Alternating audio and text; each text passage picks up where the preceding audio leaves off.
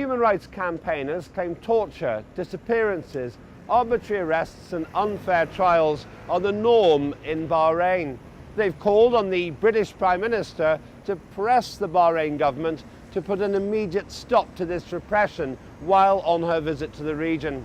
By contrast, she explained the trip is a good opportunity for Gulf investment that is regenerating cities across the UK, and hopes for the visit to herald the start of a new chapter in relations between the United Kingdom and the Gulf. The strongest criticism comes from an Amnesty International report based on 90 interviews with Bahrain human rights activists. It says that it is utterly disingenuous of the British government to pretend it is delivering substantial human rights reform in Bahrain, indicating that no senior officers or officials who oversaw the serious human rights violations during the 2011 uprising have faced prosecution. While human rights activist groups call for action by Britain over rights abuses, the British public hears little about these issues in the media. At the same time, the messages sent out from the Prime Minister's official spokespeople focus mainly on business opportunities, leaving the public in Bahrain to continue to face the uncertainties of the Bahrain way of dealing with individuals who stand up to the authorities. What does this say about the UK government's commitment to human rights? And would the public like to see a more ethical British foreign policy? These are some of the simple questions we sought to answer. How does the public feel about Theresa May's visit to Bahrain, considering that Gulf state's terrible record on human rights? We asked them. Well, I don't trust Theresa May very much. I don't particularly trust her judgment or the judgment of our Foreign Secretary at the moment. So I hope she does a decent job. I'd rather she didn't, but I understand how important Saudi is to our economy because of how much they purchase. As well as Bahrain, so yeah. Yes, absolutely. Sorry, how much everyone from the Middle East purchases from the West. But obviously on a moral standing, I'd rather we weren't involved with people who have issues with human rights. I think it's lousy. Why is that? Well, I think she should be more interested in human rights, what the Tory party never is. They're more interested in exports of the military kind. Well, it's entirely, there's a different society. So the human rights concept in Britain is different than the human rights in Bahrain or in Middle East. So, it is more about the opinions of different poles. So, I don't think so. I don't think that it will bring any result or anything. I don't know, because I didn't know she was going there. Well, I think at the moment, her going out there, although it's not a good look for the UK, it's probably better than sending Boris Johnson out there. I didn't even know she was visiting Bahrain. Well, I can understand the main objective of the Prime Minister's visit to the Gulf, and I understand the interest of this country and the Gulf. But at the same time, there is a big question that has been risen in the Gulf that about the support that this country provides to dictatorships in the region. So I believe that what is going on in the Gulf right now should raise concerns about the human rights conditions and how the British government should approach this issue. Well, bearing in mind that Bahrain has an appalling, a deplorable record on human rights, which has been confirmed by various human rights organizations. It's an ongoing record, and we don't see any reform. And there are also ongoing protests that has been going on that have continued unabated since 2011. I don't believe that it was the right thing to do. I do believe that it was an ill-conceived, misguided visit to a country that does not believe in the rule of law, does not believe in democratic change, because all the people are asking for is political reform and democratic change, and their demands has been met with an iron fist and brutal suppression. They have been subjected to an ongoing, ferocious, murderous onslaught by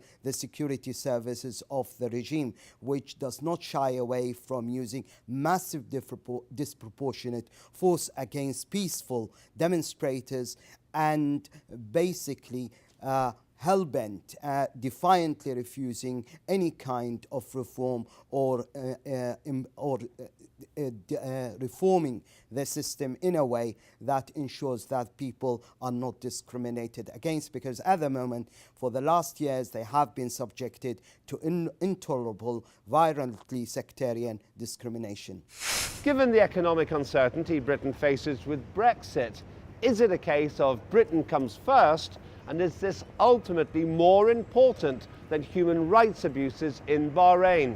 The public said this. Well, human rights are incredibly important. I mean, we should be able to do decent business and preserve human rights. I mean, Brexit is an awful, awful disaster for the whole country, and having bigger, wider implications as well. So, it's not great. Yes, and I think that's probably true throughout the world, not just with our country, but with many countries. If we only purchased goods from people that we thought had a good moral understanding and agreed with us, we probably wouldn't be purchasing from China, parts of Korea, many countries in the world. I think human rights is more important than business interests. Yeah, I think from our point of view, of course, business is more important than the human rights in some remote country. It does not affect our society as such. I don't think making money is more important than that, but I think sending an envoy or even going herself is important to try and reach out to countries which have poor human rights records, to try and engage with them and get them to change the way they're operating, and kind of get them to understand, if they want to be part of or be a bigger player on the world stage, that actually you need to kind of take care of your people a lot better. Yeah, I don't think that's right, to be honest. And we are not, as a country, we're not stable enough to be doing anything until we sort out what's happening here. The uncertainty here is not going to help other countries with any negotiations. Well, according to the experience that and the relationship between Britain and Gulf states, we always believe that business comes first and comes last, as a matter of fact, because we haven't seen any response, any real response, any serious response to the human rights violations in the Gulf. So I believe that business is the main objective of the British politics in the Gulf area. Well, definitely. I mean, with the Brit exit looming and the very difficult, complicated negotiations between Britain and the European Union, with difficulties faced by the new Prime Minister, which was elected to actually implement the result of the referendum, that is to take Britain out of the European Union, and the also outspoken criticism from those who basically voted for the Remain, that is to stay in the European Union, and their demands that Britain should not leave the European market. I think the Prime Minister is looking for different markets, and one of those markets she's been targeting is the Gulf. But still, that doesn't excuse the fact that Bahrain and especially Saudi Arabia has been spearheading, has been on the forefront of actually flagrant and blatant violations and total disregard of human rights. Theresa May was scheduled to give a speech directly to the Gulf Cooperation Council, which is headed by Saudi Arabia. Given the Saudis' very poor record on women's rights, does the UK public hope she uses the trip to speak up for women's rights in Saudi Arabia? Yes, I think I would. Yeah. I mean, I don't... Obviously, one woman head of state visiting a country like Saudi Arabia is not going to change things immediately, but she could use the opportunity to, to raise that issue. I suspect she won't, though. I think, I think business is going to be more uppermost in her mind. I would be very encouraged if she did, but I don't think that will happen. And it's not just women's rights, of course, because that's religious-based, and it's not just their rights per se that have been challenged and aren't equal to what we do in this country, but also, of course, it's very much driven by their religion. So I think that Theresa May would have to be very cautious what she said in case she offended them. Yes, I think that would be a good thing if she did, yeah. Do you think she will? No? Yes, she should, definitely. I think she should have a try, because she mentioned that sometime maybe, but I think that wouldn't be very productive for this gain support and stuff for UK and Saudi Arabia. She can speak up, but I'm skeptical that is going to solve the problem. But it's a good effort if she can. Not if she's an intelligent politician, no. If she had morals, yes, but she's a political leader. So you don't go and antagonise one of your, I guess you'd call them an ally in public. I think this issue, which is very sensitive in the Gulf and which is very essential in the culture of Britain as a democratic and liberal state. So I think women issue should be a central issue in all dialogues that between Britain and the Gulf states. And it is a shame that if she didn't raise this issue with Saudi Arabia, because as a country that belongs to a democratic world and as a country that advocate the rights of women, should raise this issue in order to dissociate between democratic country and the country like Saudi Arabia, which discriminates against women and against minorities. I do believe that taking everything in consideration, it is a golden opportunity for Theresa May, who's the first Prime Minister to appear in such a meeting, to highlight the discrimination that is faced by women, particularly that Saudi Arabia is the only country in the world which doesn't allow women to drive, and widely discriminates against women. The women have absolutely no rights. That's why it is an opportunity for Theresa May, since this visiting and addressing the leaders of Saudi Arabia, to actually highlight this issue and also to strongly criticize Saudi Arabia's appalling and abhorrent record on human rights. There are absolutely no basic rights in Saudi Arabia. There is no freedom of expression, no freedom of speech, no freedom of religion, no freedom for women, and on top of that, there is actually the systematic use of torture against those who are peacefully demonstrating, demanding political reform, democratic change, and human rights. Bahraini courts sentenced more than 200 defendants to long-term prison sentences, including at least 70 for life, on terrorism or national security charges. in many cases for just criticising the authorities.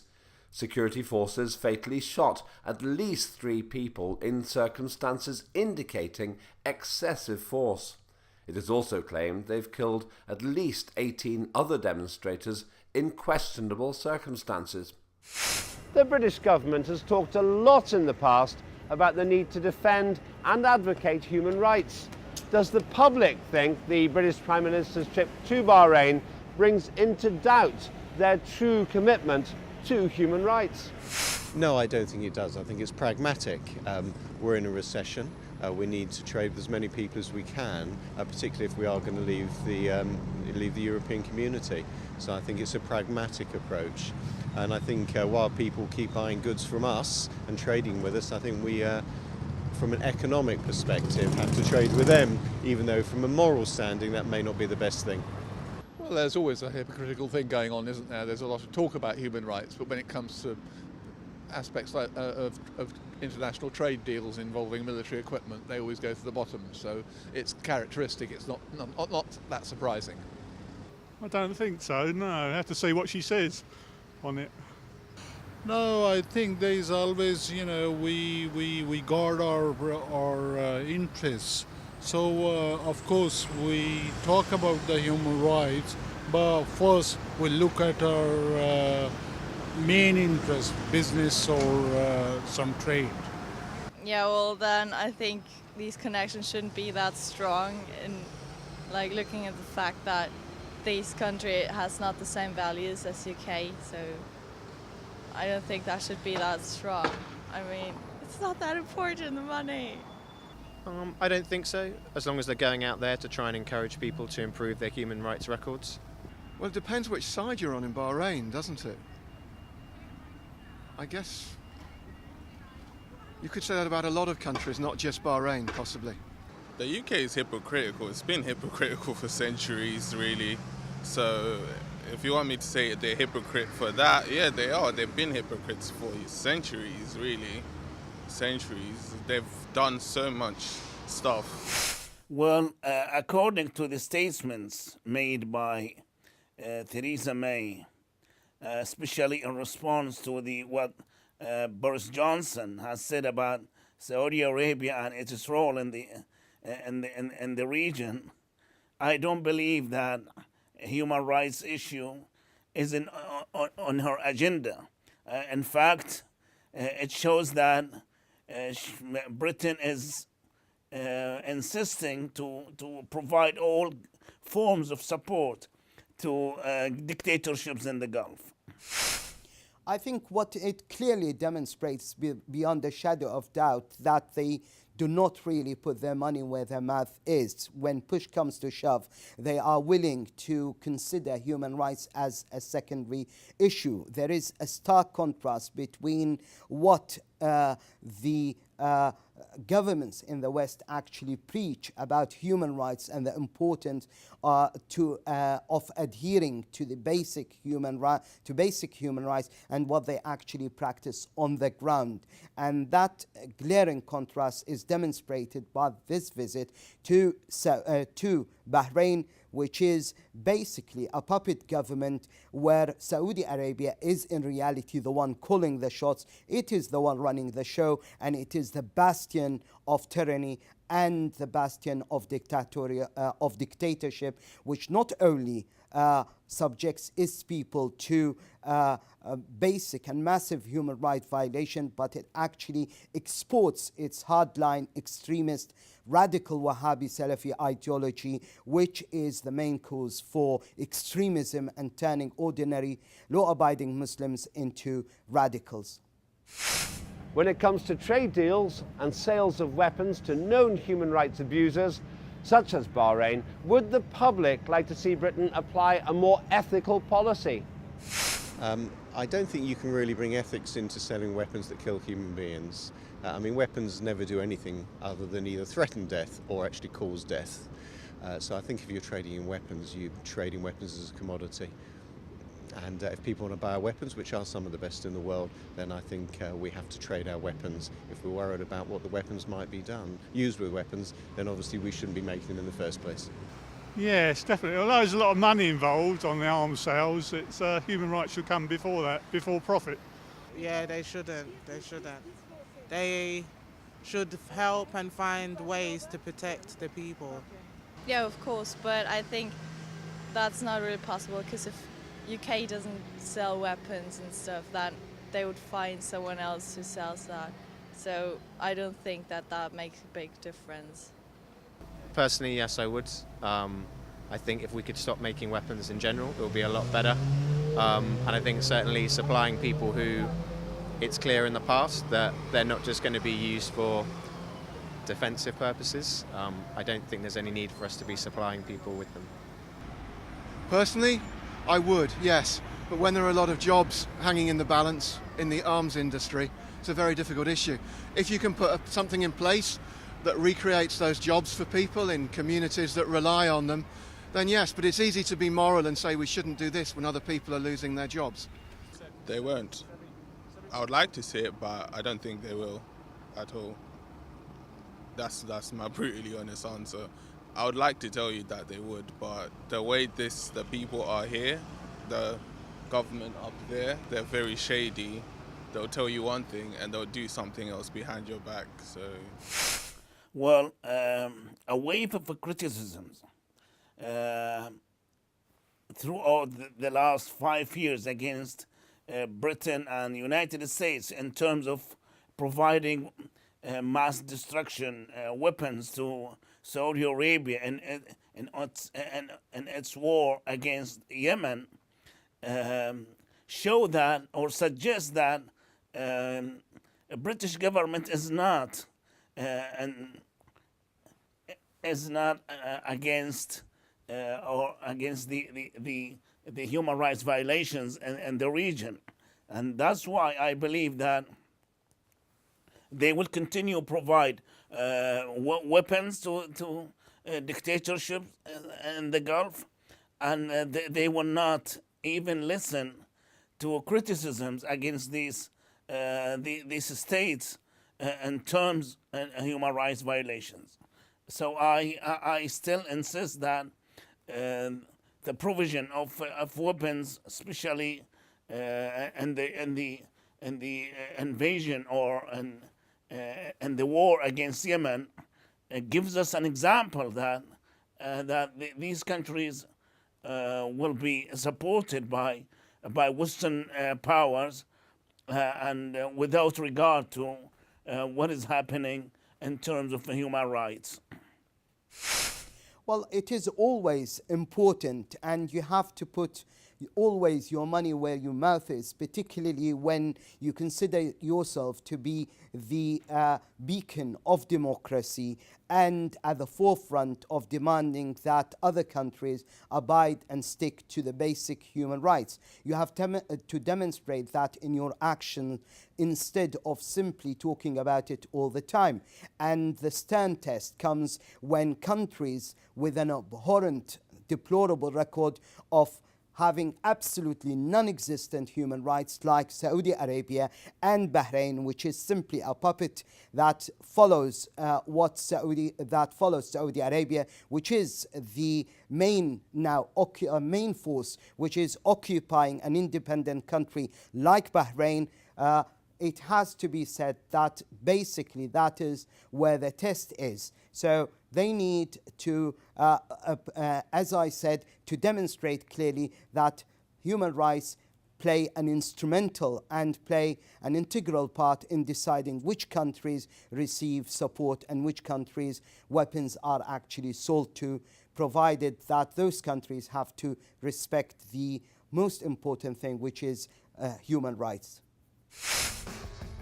Amnesty International stated, instead of acting as overexcited cheerleaders for Bahrain's woefully inadequate reforms, UK ministers ought to be confronting the awkward reality that these UK-backed institutions are seriously flawed and widely seen as a public relations tool of the Bahraini government. Human rights advocates have urged the British Prime Minister to do more to press Bahrain on legal and political reforms. Yet it seems Theresa May places the priority on British trade deals with lucrative Gulf states. Is there space in this visit for human rights and money making? For many, it seems that money speaks louder than rights.